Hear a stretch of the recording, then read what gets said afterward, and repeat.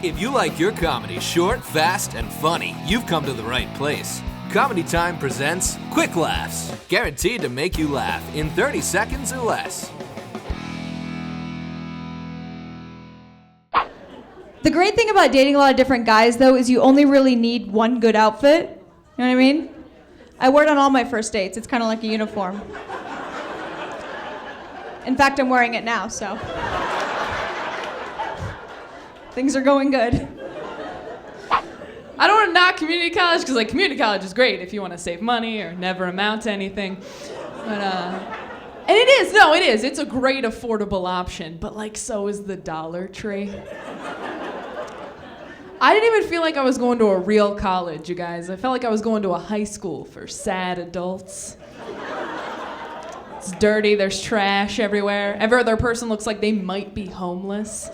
Just crazy guys popping out of bushes like classes are free here. I have terrible health insurance. Right now my car has better insurance than me. That's where I'm at. Next time I get sick, I'm just gonna get into a car accident. Crash into a telephone pole. You've been in an accident. Are you okay? I have Crohn's disease. Just happened. I think it was airbag. I crapped myself. Let's go. Recently I was profiled on Facebook. There was an ad that came through. It was to my Facebook page. It said, "For you and all your friends." For you and all your friends. And it was a diet pill. I'm not upset that it was a diet pill, because I'm extra large. I'm okay with that. I'm upset because they thought all my friends were fat too. Yeah, you can tell by my name, Alfonso Ochoa. I'm 100% Mexican. My mom gave me a very Mexican name. I'm just not good at it. I'm not good at being Mexican. I'm lazy. I'm over 30. I have 0 kids. Doesn't make any sense, right? I should be a grandpa by now. Right, here's another sign I need to lose weight. A couple months ago, I decided to shave my goatee for the first time in 12 years. And that's when I realized why I'd waited 12 years to shave off my goatee. My second chin is huge, y'all. It looks like my face is pregnant with another face. I'm getting fit. I'm eating all the kale. Everybody's into the kale. Ooh, I'm into the kale. Doubters, I feel you doubting the power of the kale. Kale is so good. Eating all this kale is giving me that feeling of superiority, that listening to NPR just didn't quite fulfill, you know what I mean? You guys got that. In Michigan, they're like, NPR, she spelled NRA wrong. What's she doing? And you know what? If you look in history, all the amazing people have done things in their 30s, right? Like Jesus. He's making miracles left and right in his 30s. I can't compare to that. When he died, we call it Good Friday. If I died, at best, Taco Tuesday. That's all we got. My dad's a great guy. He just doesn't really know how to talk to me. He never has. I remember I was 14. I was getting teased in junior high. These girls were calling me ugly every day at school. And I came home and told my dad, I'm like, Dad, I think I'm ugly. And he just looked at me and he said, "What are you talking about, Jolene? You got such a strong neck."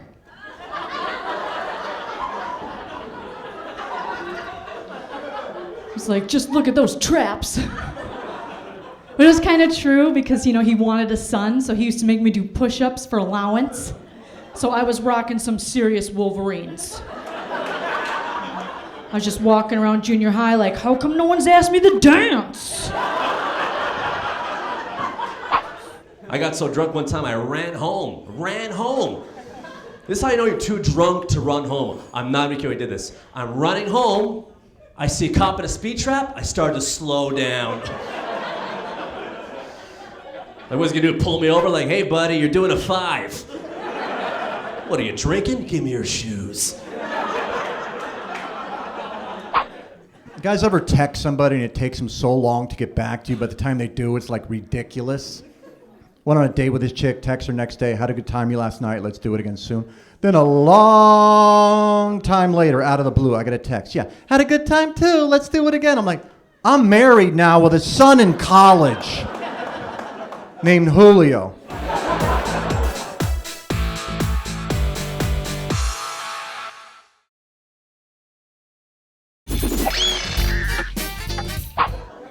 And there's lots of fun games you can play with Latina girlfriends. Whenever my ex-Latina girlfriend would get mad at me, I would always change the Sharpie cap colors on her Sharpies because nothing's more hilarious than a woman with red eyebrows lecturing me.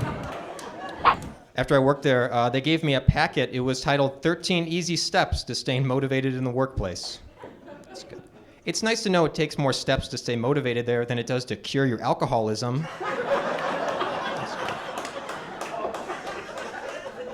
Which kind of makes sense when you consider one of the leading causes of alcoholism, bagging groceries for money, is right up there.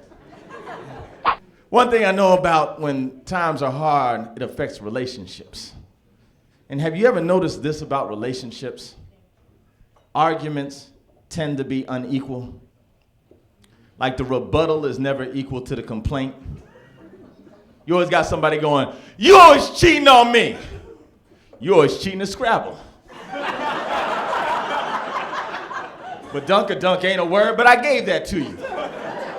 I was born in Detroit, that D-town. Yeah, we moved before they filed bankruptcy.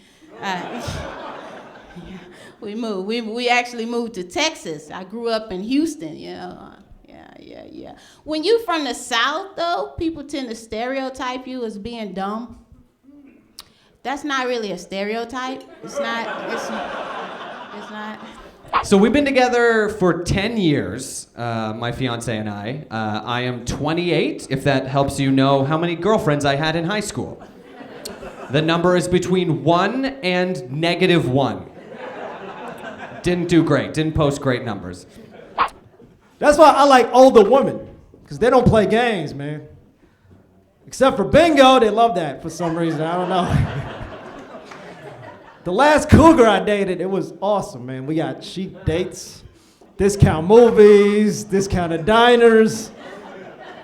I didn't have to meet her parents. It was crazy. It's funny, when you're dating, you want to be open and say what's on your mind, but it doesn't normally come out the way you would. Like, I'm with my girlfriend, she comes up, she goes, "I think we're at that point in our relationship where we can pass gas in front of each other." And I was just like,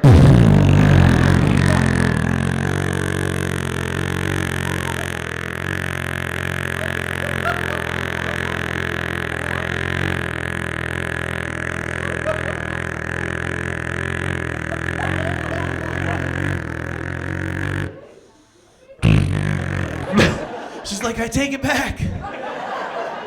It's like, I'm sorry, we're at that point in our relationship where you can't take it back. That's where we're at. Just speaking Spanish itself is a workout, you know? That's why people who speak Spanish are always so sweaty. It's not the Tapatio, guys. It's not the Tapatio. It's a workout. That's why you always see people taking breaks in the middle of their conversations when they're talking Spanish. Mucho trabajo para poquito dinero. Un momento, papi chulo. Vamos a la playa, no tengo pelo. I had a black friend, my man D, hit him up for Barack, asked him why. He said, "Because never gave us our reparations. I need my 40 acres and a mule." I was like, "Man, you gotta let go of that dream. It's not happening, you know." Personally, I believe in reparations, but I think it should be relevant to slavery, but also feasible in 2014. Like, just give me 80% off on everything made with cotton, and that'd be dope, you know what I'm saying? Go to Target, 80% off on t-shirts. I say, when your line slaves out to the carnival, I'll bring you back like 80 pounds of cotton candy. Hey, where'd you get all that cotton candy? Like my slave card, you know what I'm saying? That was the only relationship I had, man. I was in 6th grade. I had a gymnast as a girlfriend. Yeah, I'd tear that up now, you know what I'm saying?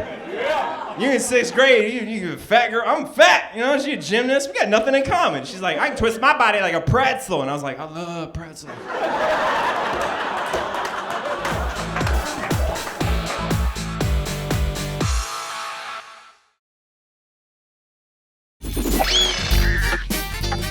Tell a little bit about myself. First, I'm in the South Bronx, New York, but I grew up in Chicago. I am half black, half Puerto Rican, which is messed up because, you know, I was born a suspect. It's just so weird. I mean, I don't know. Like you go to a grocery store and you see a Mexican family, you don't know if it's a kindergarten class on a field trip or a family. Just hold the rope, mijo, hold the rope. They just keep running. I actually today had a little kid come up to me. He just runs right up to me and he points at me and he goes, "She's big." And I go, "Correction, I'm tall. Your mother is big." But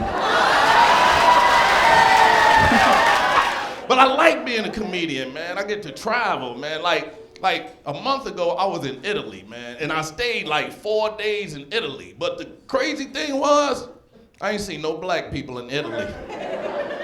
Right, about the third day, I had to ask somebody. I was like, "Hey, man, where do the brothers hang out?" They told me Africa, so. One time, me and my girlfriend having sex in my car, and her head accidentally got stuck in the steering wheel. I called AAA. They subbed me another girlfriend just like that. The people in LA don't even know what rain is. Have y'all seen that? Like even people, you know, it's scratch that people in California don't know what rain is. Prime example, like my neighbor came outside the other day, it was raining. I tell him to calm down. He looks up in the sky, he drowns. I have a sister. My sister's a very liberal parent. She doesn't believe in spanking, which is fine. That's a choice that all parents have to make if you want little jerks running around. Whatever. She asks me to babysit all the time. I don't know anything about kids. I don't have kids of my own. So she'll leave me instructions on how to raise her children in the next 30 minutes. One of them said discipline. It said if Zachary is bad, you put him in timeout. So I called her up. I'm like, "What's timeout?" "Well, if he's bad, you put him in the corner for 5 minutes until he learns his lesson." I'm like, "Well, is the corner going to teach him the lesson?" So you and I have very different definitions of timeout, because when I was growing up, timeout was more like, "Timeout, Dad. I think you broke my nose."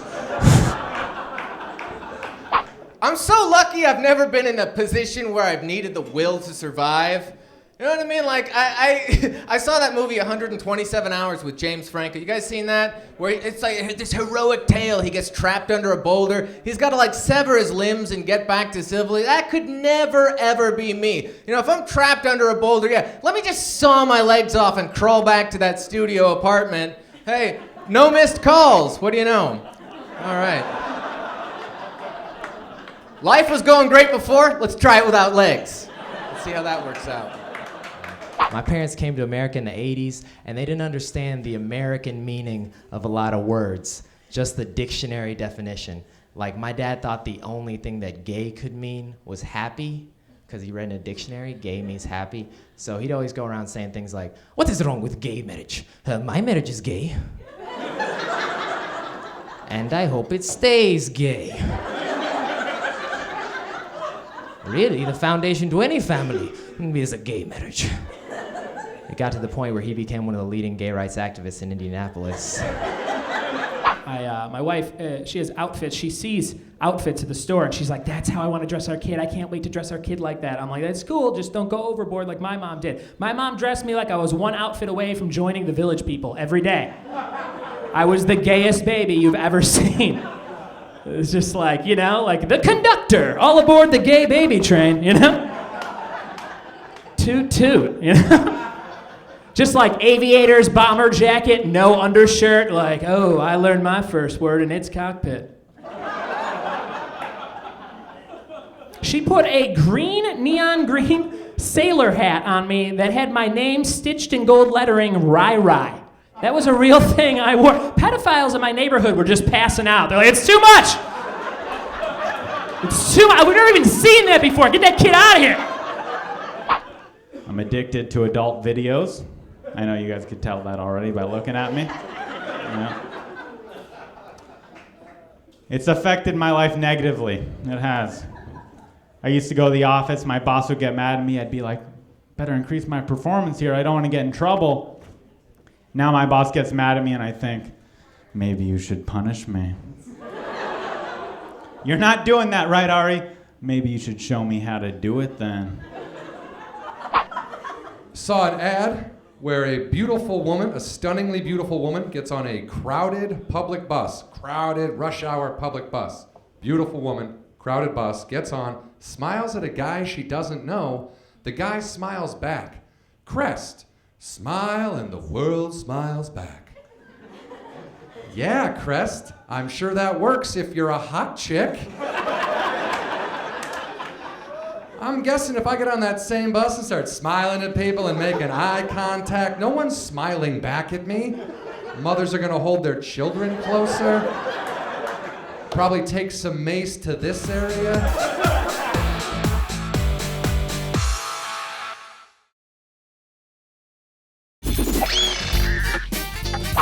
We are known for this thing. It's called Chinese chicken salad.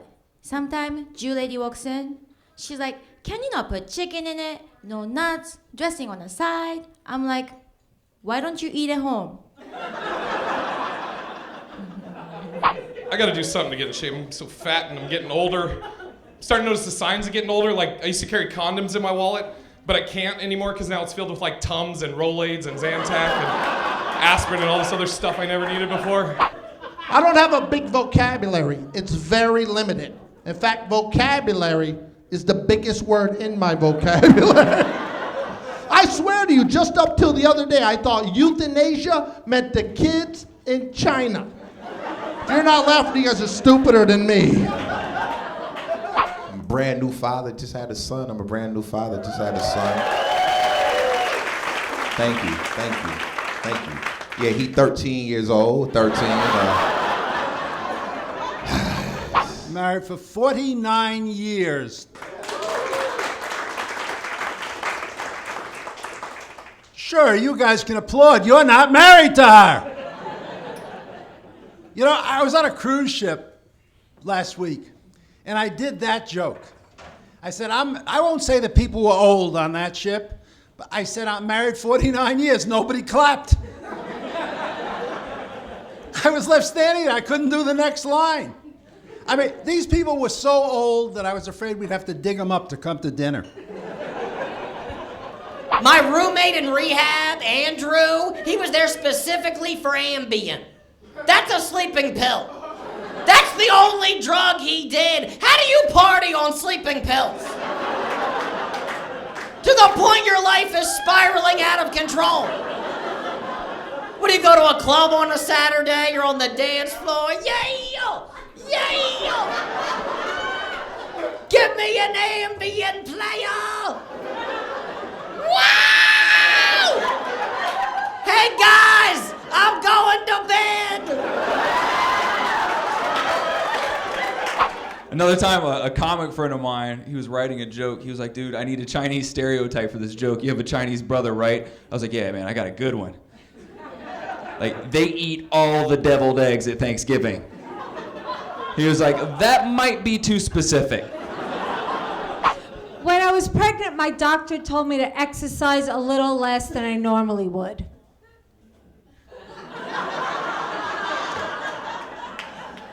That would be a coma, you guys. Last time I was out when this girl started trying to back it up on me to a dubstep song. She's like, you want this milkshake in your yard? You want this milkshake in your yard? I was like, I don't want that milkshake in my yard. You want this milkshake in your yard? I was like, get off me, woman.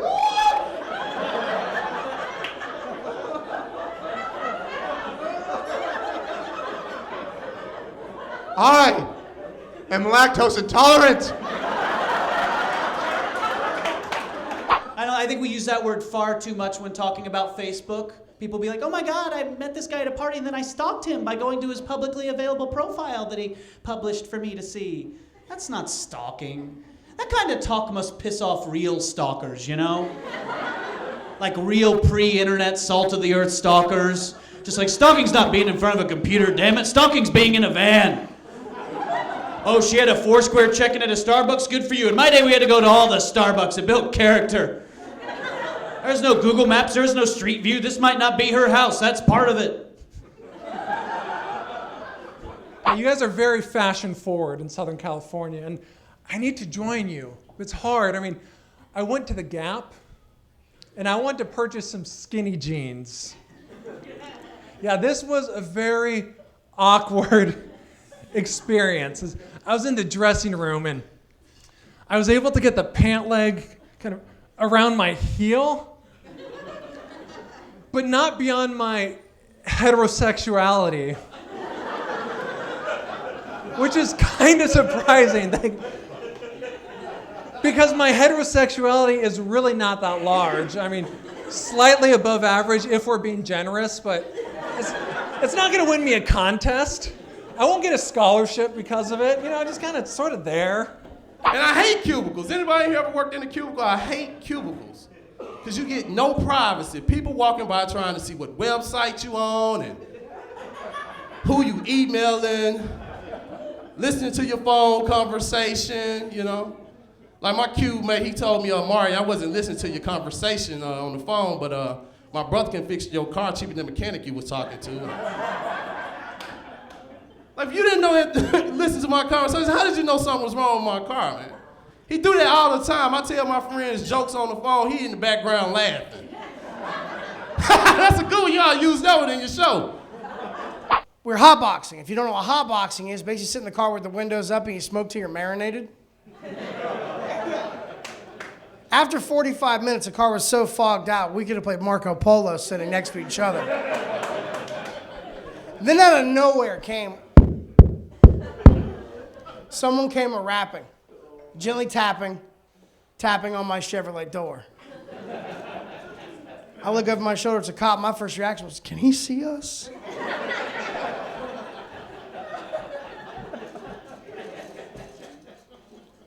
Two officers pulled me and my buddy out of the car. My buddy and I hang back with the one cop. The other cop starts searching the car. Before he eventually finds the drugs and I go to jail, he finds 11 lighters. When he found that 11th lighter, something went off in his brain that I've never seen an officer react to such a way. He pulled that 11th lighter out and was like, sir, 11 lighters? Really, 11 lighters in one car? I looked at the other cop like, I couldn't find one.